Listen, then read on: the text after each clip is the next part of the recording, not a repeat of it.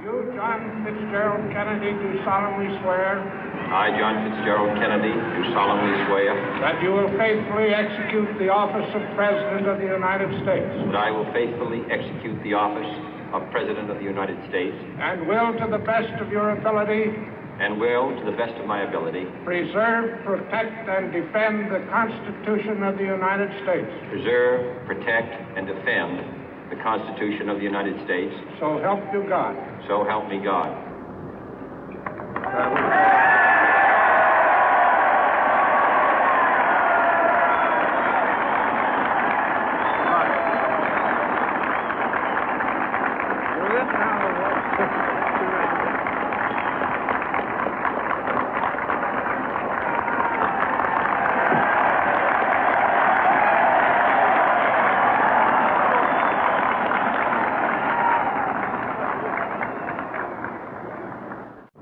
Vice President Johnson, Mr. Speaker, Mr. Chief Justice, President Eisenhower, Vice President Nixon, President Truman, Reverend clergy, fellow citizens. We observe today not a victory of party, but a celebration of freedom, symbolizing an end as well as a beginning, signifying renewal as well as change. For I have sworn before you and Almighty God the same solemn oath our forebears prescribed nearly a century and 3/4 ago. The world is very different now, for man holds in his mortal hands the power to abolish all forms of human poverty and all forms of human life. And yet the same revolutionary beliefs for which our forebears fought are still at issue around the globe. The belief that the rights of man come not from the generosity of the state, but from the hand of God. We dare not forget today that we are the heirs of that first revolution.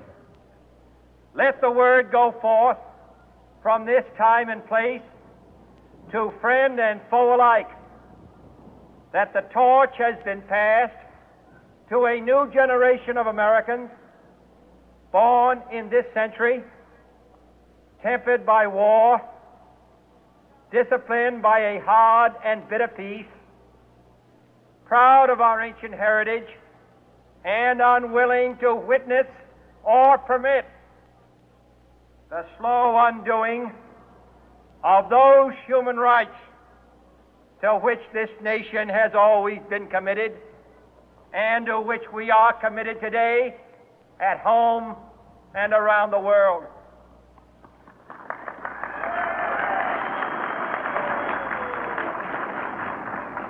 Let every nation know, whether it wishes us well or ill, that we shall pay any price, bear any burden, meet any hardship, support any friend, oppose any foe to assure the survival and the success of liberty.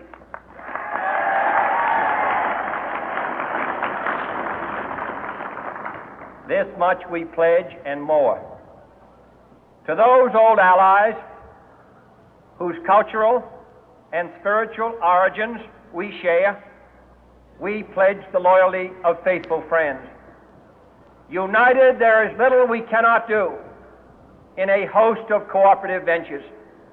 Divided, there is little we can do, for we dare not meet a powerful challenge at odds and split asunder. To those new states whom we welcome to the ranks of the free, we pledge our word that one form of colonial control shall not have passed away, merely to be replaced by a far more iron tyranny. We shall not always expect to find them supporting our view, but we shall always hope to find them strongly supporting their own freedom, and to remember that in the past, those who foolishly sought power by riding the back of the tiger ended up inside.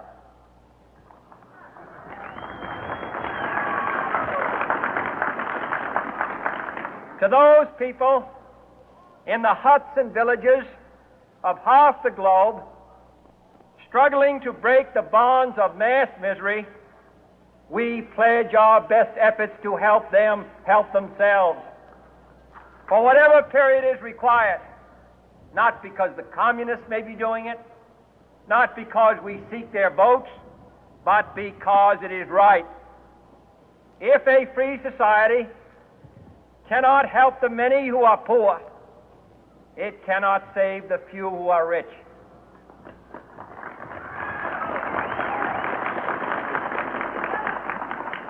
To our sister republics south of our border, we offer a special pledge to convert our good words into good deeds, in a new alliance for progress, to assist free men and free governments in casting off the chains of poverty.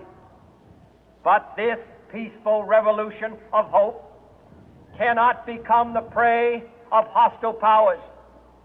Let all our neighbors know that we shall join with them to oppose aggression or subversion anywhere in the Americas.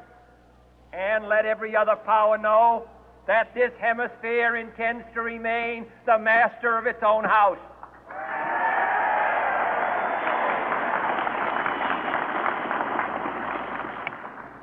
To that World Assembly of Sovereign States, the United Nations, our last best hope, in an age where the instruments of war have far outpaced the instruments of peace, we renew our pledge of support to prevent it from becoming merely a forum for invective, to strengthen its shield of the new and the weak, and to enlarge the area in which its writ may run.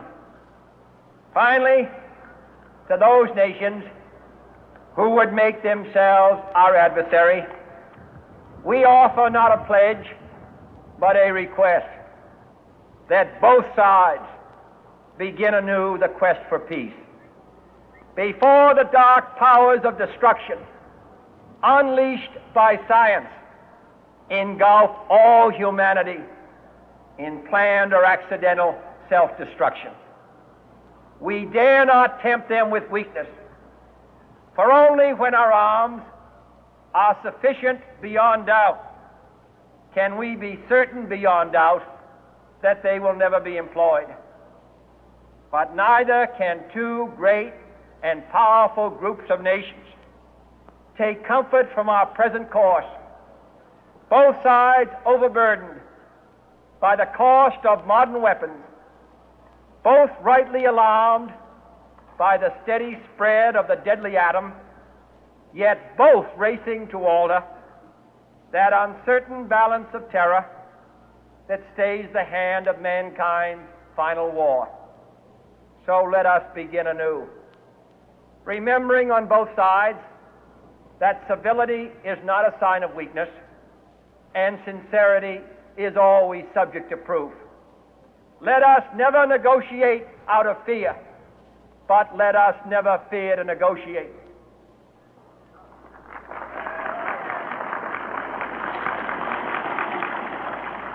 Let both sides explore what problems unite us, instead of belaboring those problems which divide us.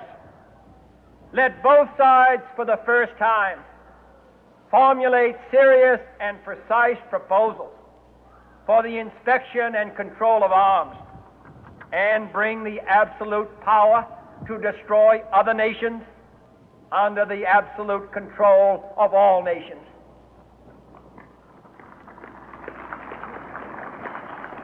Let both sides seek to invoke the wonders of science instead of its terrors. Together, let us explore the stars, conquer the deserts, eradicate disease, tap the ocean depth, and encourage the arts and commerce. Let both sides unite to heed in all corners of the earth the command of Isaiah to undo the heavy burden and let the oppressed go free. And if a beachhead of cooperation may push back the jungle of suspicion, let both sides join in creating a new endeavor, not a new balance of power, but a new world of law, where the strong are just and the weak secure and the peace preserved. All this will not be finished in the first 100 days, nor will it be finished in the first 1,000 days, nor in the life of this administration, nor even perhaps in our lifetime on this planet. But let us begin.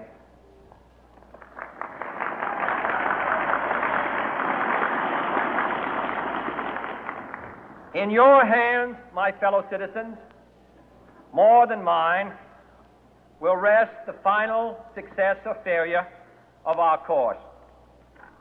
Since this country was founded, each generation of Americans has been summoned to give testimony to its national loyalty. The graves of young Americans who answered the call to service surround the globe. Now the trumpet summons us again, not as a call to bear arms, though arms we need, not as a call to battle, though in battle we are, but a call to bear the burden of a long twilight struggle, year in and year out, rejoicing in hope, patient in tribulation, a struggle against the common enemies of man, tyranny, poverty, disease, and war itself. Can we forge against these enemies a grand and global alliance, north and south, east and west, that can assure a more fruitful life for all mankind? Will you join in that historic effort?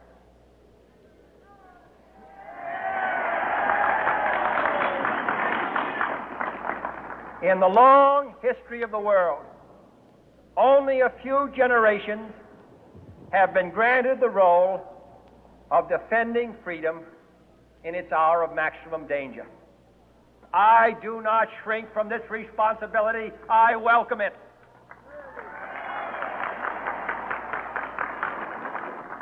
I do not believe that any of us would exchange places with any other people or any other generation. The energy, the faith, the devotion which we bring to this endeavor will light our country and all who serve it. And the glow from that fire can truly light the world. And so, my fellow Americans, ask not what your country can do for you, ask what you can do for your country.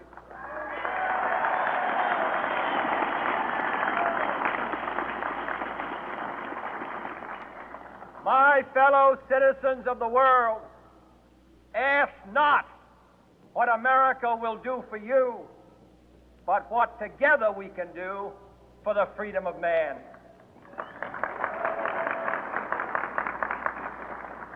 Finally, whether you are citizens of America or citizens of the world, ask of us here the same high standards of strength and sacrifice which we ask of you.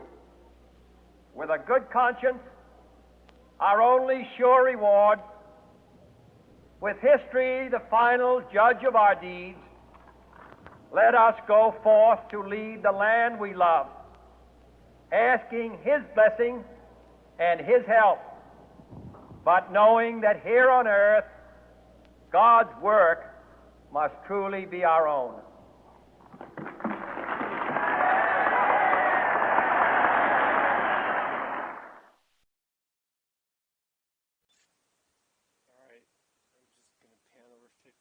quick, I'm done, Sean. I swear. Let me see the 36.